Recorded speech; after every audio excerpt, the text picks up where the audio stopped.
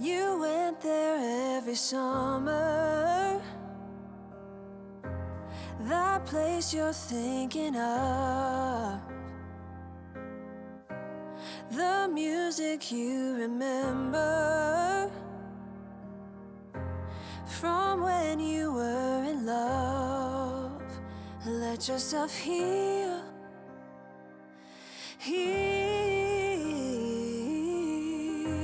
It's easy to feel.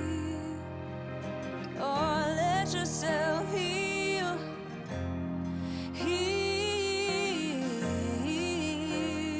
It's easy to feel.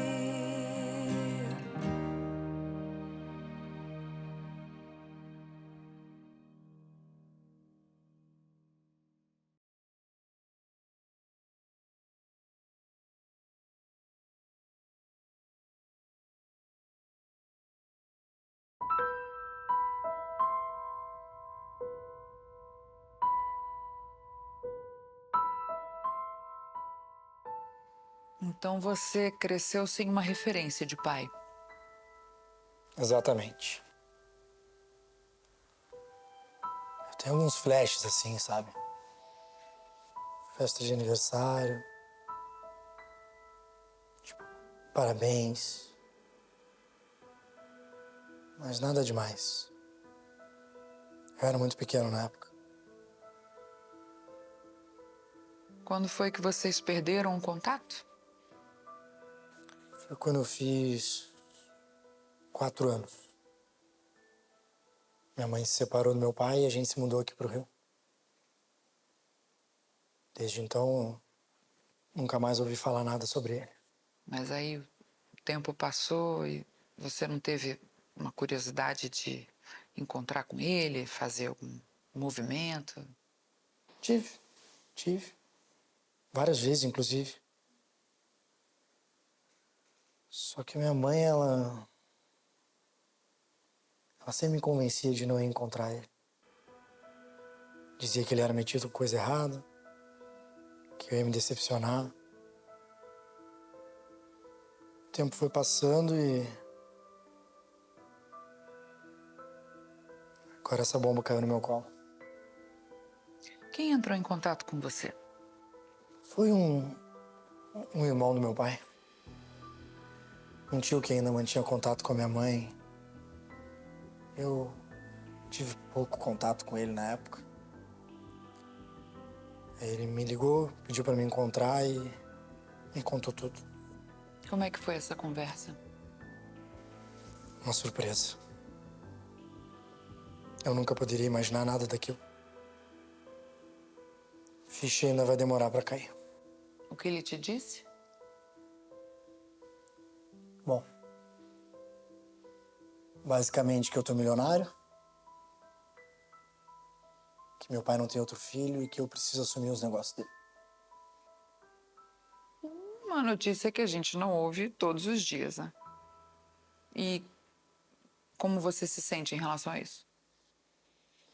Eu falei que eu precisava de um tempo pra pensar, digerir a ideia.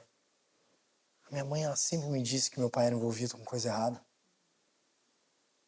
Agora, eu nunca imaginei que ele fosse ser um bicheiro. Você sabe quanto tá avaliada a fortuna dele hoje em dia? Por volta de 85 milhões. É muito dinheiro. E o que ela pensa disso? Ela não quer tocar em um centavo sequer. Ela não tá conseguindo mais dormir à noite, tá tendo crise de ansiedade. Ela tá super mal. Acho que ela tá com medo, sabe? Tá nervosa de os bicheiros se reunirem e virem me matar que nem eles fizeram com meu pai. O medo dela é natural. Ela é sua mãe, tá querendo te proteger. Provavelmente, lá atrás, se separou do seu pai já para evitar esse tipo de coisa. Para pessoas como a sua mãe, a paz não tem preço. E viver com medo é muito ruim, Bruno. Ah, é, Cristina? Passar uma vida inteira sem conquistar nada também é muito ruim. Depender dos outros pra tudo é ruim. Olhar pra frente e não ver nenhuma perspectiva de vida também é muito ruim. Você sabe quando eu vou conseguir tocar um dinheiro desse levando essa vidinha que eu levo? Nunca, Cristina. Nunca. Desse jeito, nunca. Eu entendo você. É como ganhar na loteria e se mudar para um presídio ao mesmo tempo.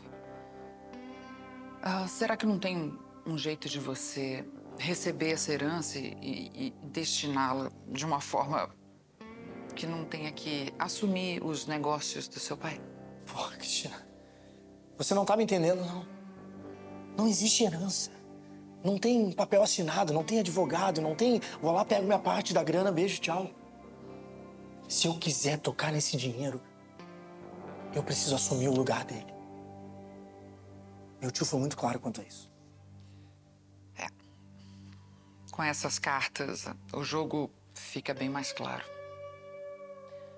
Essa nova vida pode te proporcionar muitas coisas. Mas parece que você já pensou bastante sobre isso. Eu não vou precisar te dizer que é difícil. É um caminho sem volta. Você e sua mãe viveriam numa bolha. Você está disposto a pagar esse preço com a sua mãe? É que tá. Ela disse que se eu aceitar isso, é pra eu esquecer que eu tenho mãe. É a última cartada que ela tá tentando pra não perder você. Afinal de contas, você é a única coisa que ela tem. Essas crises de ansiedade que ela tá tendo são por causa disso.